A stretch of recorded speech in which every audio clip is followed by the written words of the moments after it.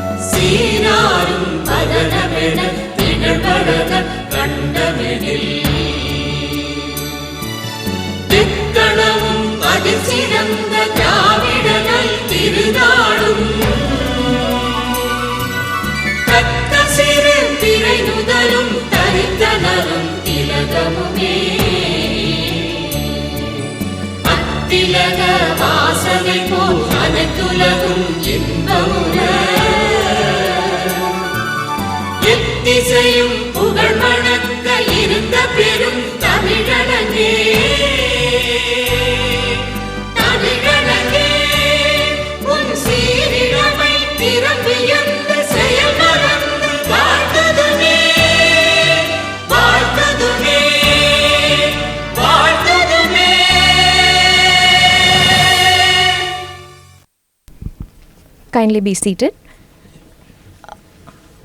Dr. Bala Ramachandran, Professor and HOD at the PICU in Kanchi Kamakoti Child's Trust Hospital, will now present the welcome address to the gathering. Thank you. Good morning, everybody, and good morning to you, sir, for taking your time to be here. I'm Dr. Ramachandran, as was already announced. I'm filling in temporarily as the medical director while Dr. Janani Sankar is away. I'm also head of the ICU here, and I'm very, very happy to see so many of you gathered today for this 3-day program. I just want to start, tell you a little story. About in 2003, little over 20 years ago, I was taking care of a 2-month-old in another hospital in Chennai. And a child came with stridor. I couldn't intubate. Called the anesthetist, senior anesthetist. She could not intubate. Called the ENT surgeon. At that time, we didn't have a pediatric ENT surgeon there. So the ENT surgeon from this hospital came, did a tracheostomy. Okay. And then subsequently, we found out that the child had congenital subglottic stenosis. Okay. So I said, what can we do? Oh, well, he said, in India, we can't do much about it at that time. Okay, and then I moved here. The patient kept on coming to me. The parents took care of her at home, but with a tracheostomy.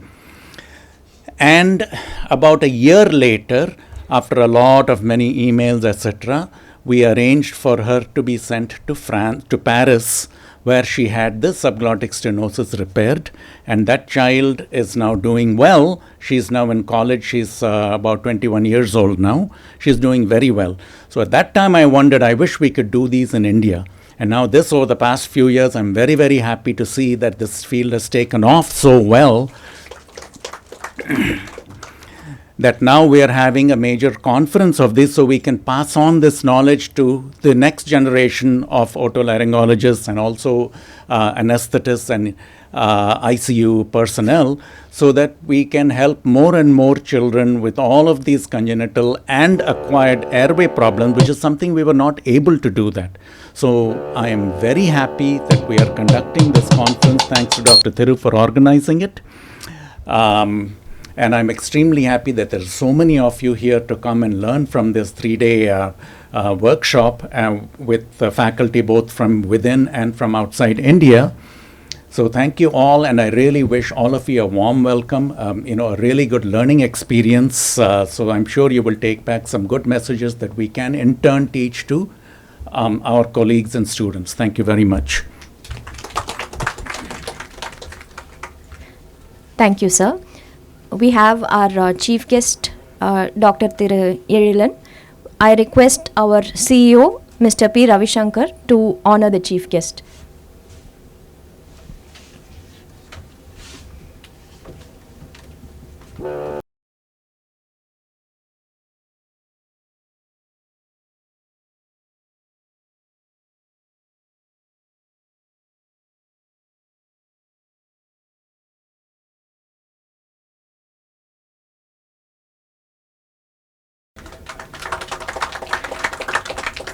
Dr. Thiru will now present Dr. Elilan with a book.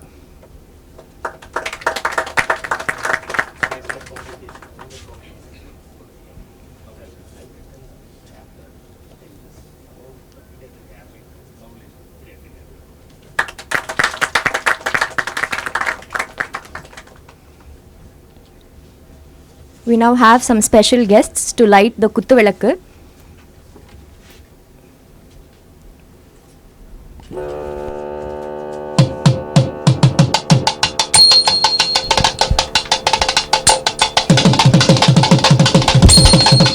Hello.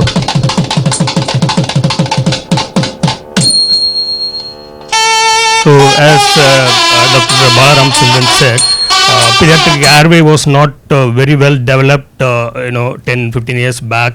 So then there was a big need for these kind of patients, because all these patients were tracheostomized, they were living on tracheostomy. So then I got interested, and I was asked to go by Dr. Ramachandran to get trained in Switzerland, came back and started doing surgeries. So before that, we were told that any child with tracheostomy has to live with the tracheostomy. But now, after going to Switzerland, I came to know there was somewhere around 90 plus success rate for these kind of patients after laryngotracheal reconstructive surgeries. Then there was a big boost for us. Then came back and started doing surgeries, and these children were having tracheostomy then. So now they were off tracheostomy, and we were able to do surgeries for them, reconstructive surgeries, and then now they are leading a normal life. Just wanted to honor them. So they are going to start the conference going on by lighting a Kuttuvilakku by them.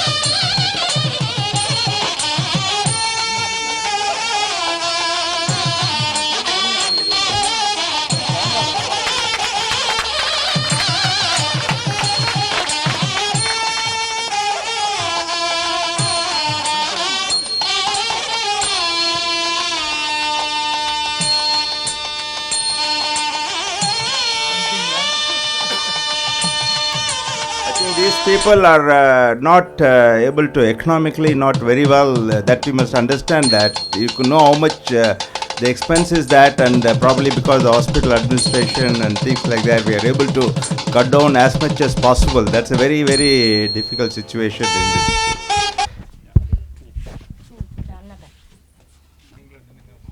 this. This boy was tracheostomized for more than 10 years. He was living with tracheostomy for more than 10 years. Then now he is off tracheostomy. So very happy to see them all doing normal life.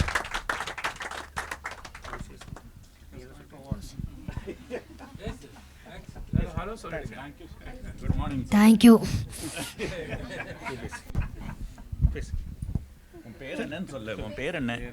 My name is G. Sabrish.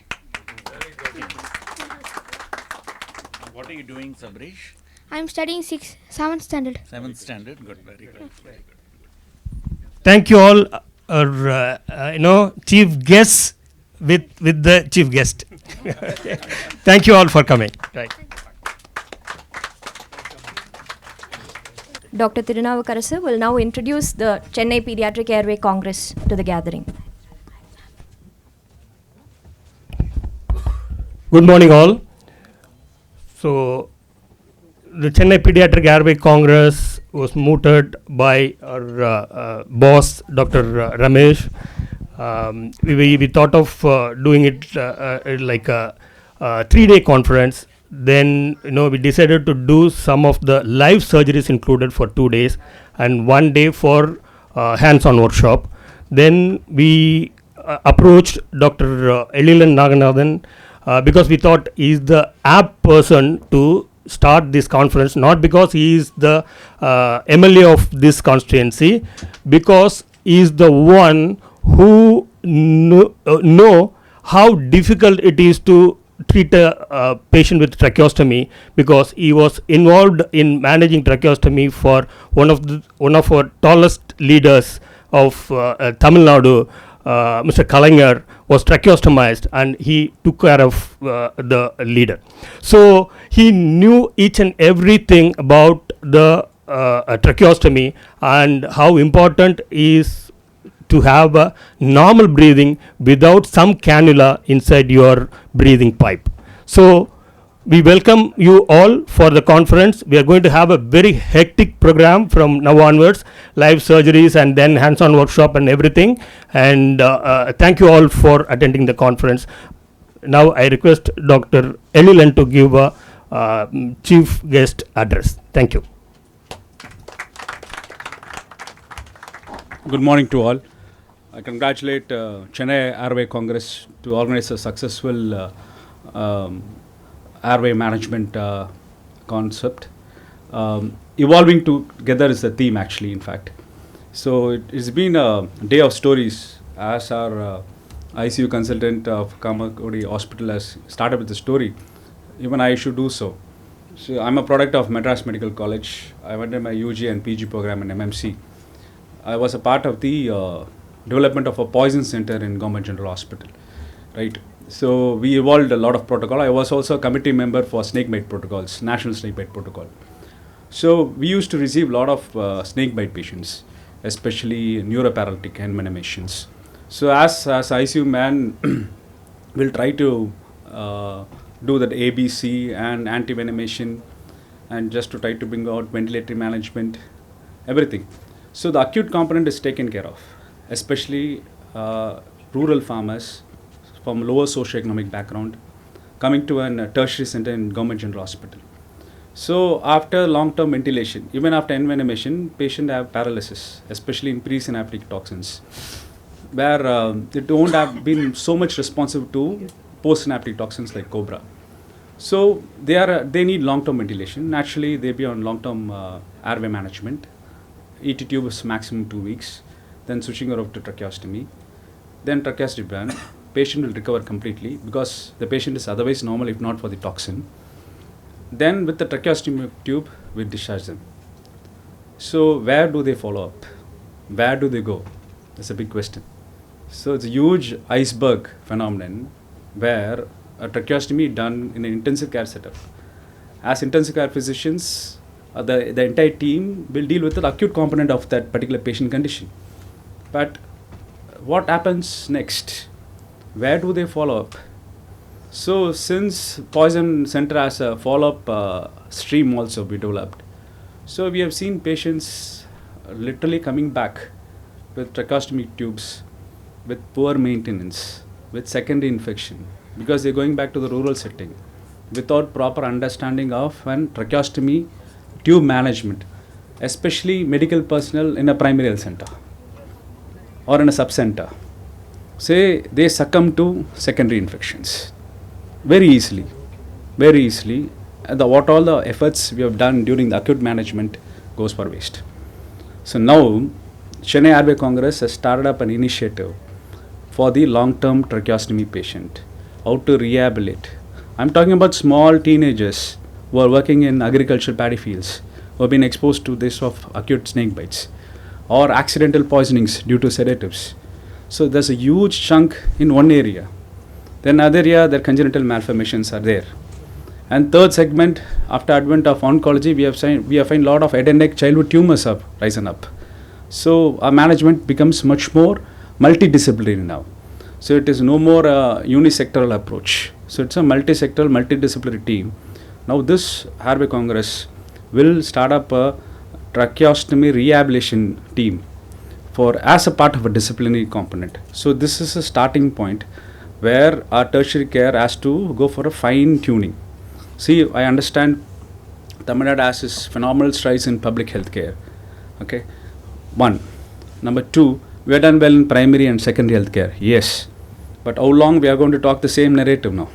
So it's high time that we have to talk about fine tuning of tertiary health care, where the intersurface between public sector and private sector is very, very essential. I see private sector rising on one aspect, updating, interacting. At the same time, when you go to the public health sector, they are like a separate islands, just like separate silos. So where they deal most of the number of patients in a public health sector initiative. So Airway Congress or many of these hospital initiatives should have intersurface between and government as well as private entities. So this is nothing but knowledge transfer.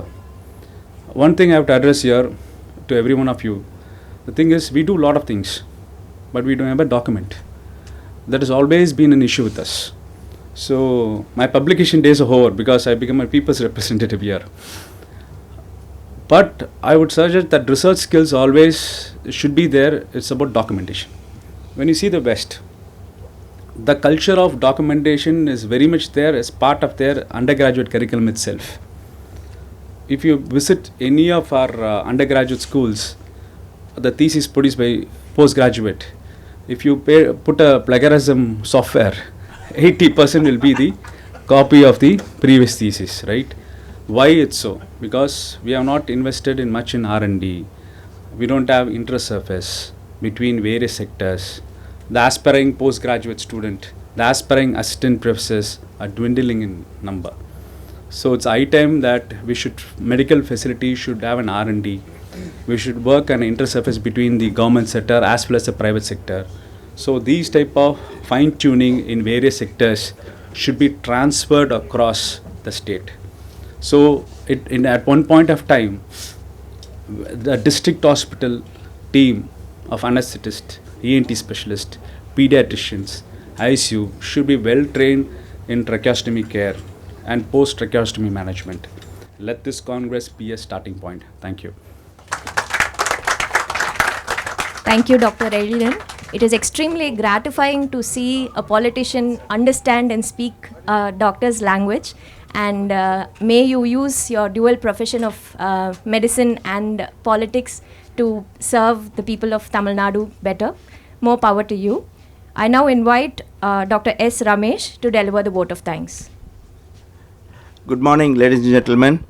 Just for your request that you should be a coordinator between the government and the private, I just want to place on record that our Child Trust Hospital and Institute of Child Care, the Egmore, we always work together as brothers and sisters. And all the patients have been done in other hospital, and we have done the surgery here, sir. Not it has come here. And they do scopy. If there's any problem, they call us and we do it. This is the economy in this. Then we make sure that all the things are economy, all the is being sorted out. And we are still in this one. Even this Congress is a combination with the Institute of Child Death as well as Egmore. There is no difference between the ICH and the Child Trust Hospital. With that, I think this vote of thanks is going to be in the Guinness World Record, because this is the shortest world record in the vote of thanks, maybe. I just want to thank our chief guest, Dr. Elidan Naganathan, who is the Tamil Nadu Medical Legislative Assembly member and also member of the Planning Commission, who has agreed to come and is the probably right chief guest to be invited. And probably, if I'm not wrong, if I'm able to say, he has been invited as a medical person who has the knowledge of everything than as a medical. But it's a really privilege because he's in our own constituency.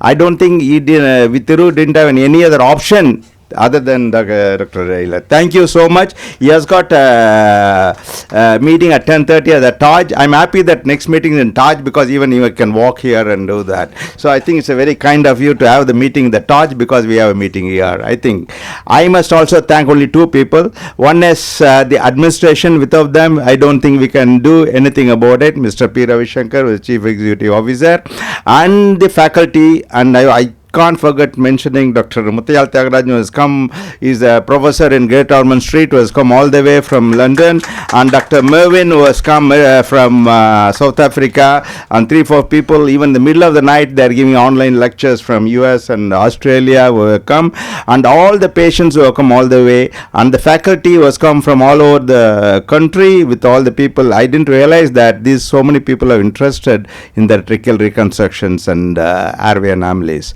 I hope the function goes on very well. Thank you one and all. And the full elaborated vote of thanks will be given in the validatory function if you are staying that time. Thank you. Thank you, sir.